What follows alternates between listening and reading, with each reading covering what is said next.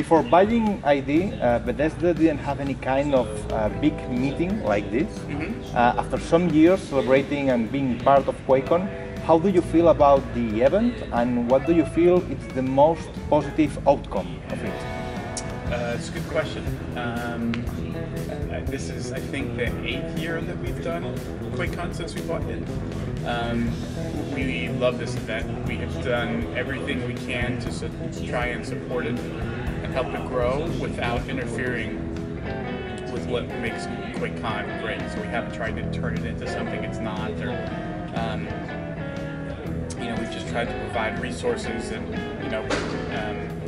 bring some of our other titles from other studios here and just kind of increase the kind of celebration that it is, which is this celebration of gaming. And I think the best part of QuakeCon is just that. It's a celebration of gaming in all of the ways, whether it's people playing in the BYOC, all night and enjoying games, or coming to panels to hear developers that they love talk about their games or ask them questions, or coming to today's welcome to kind of hear what's going on at Bethesda, get a sneak peek at some game demos, or to do hands-on, to get to play a VR demo of Fallout 4 or Doom or stuff like that. I think that's what makes this a great show. It's a real celebration of this thing that we all love. Dishonored was already considered by most the best game of the year when it was released. We have seen, like, maybe I think I'm counting right, like 20 different ways to kill in 5-minute footage. Yep. That was amazing, crazy. How is Dishonored 2 going to improve what made Dishonored 1 great? It seems impossible. It's a good question. Well, I think what they've tried to do is they've looked at the things that people really liked about Dishonored, which is having a lot of choice, getting to come up with creative ways to get through an area, whether it's violent or non-violent. I think they've tried to offer even more player choice in those areas. So now, whether you're playing as Corvo or Emily, they both have completely separate sets of powers, and it changes up how you approach a certain situation. If you're playing as Corvo, you might decide to summon a rat swarm to take out that guard. If you're Emily, well, you can't do that, but you might grab that guard and pull him or her over to where you are and kill him in midair. One of the things that they've done is they've added a lot more non-lethal options, so you have more ways to take down enemies without killing them. It's something that you got to be creative, and the game rewarded you for it by saying, oh, you want to do that? Like, here's what happens when you do that. You're like, oh, wow, okay, cool. Prey is a reimagination of the original title. What can fans expect from the original game, and what is the new Prey bringing to the table? I would say, what are we keeping from the original sort of Prey? It's this idea of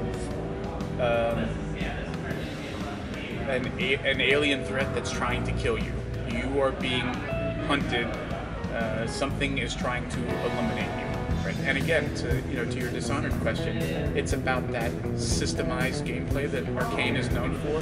Really immersive first-person worlds that give you this amazing sense of place, that everything feels well thought out and reasoned why things are the way they are, and how you are going to handle any situation is entirely up to you. I saw somebody today, like, I cannot wait to play Prey and try and get through the whole game as a coffee cup. Right? Like, that was crazy. What other game could you ever say that about? And like, even saying that, okay, that's kind of ridiculous. But there's also a part of you that's like, I wonder if you could actually do that. Like, I wonder how much a game you could play as a coffee cup or like as an inanimate object.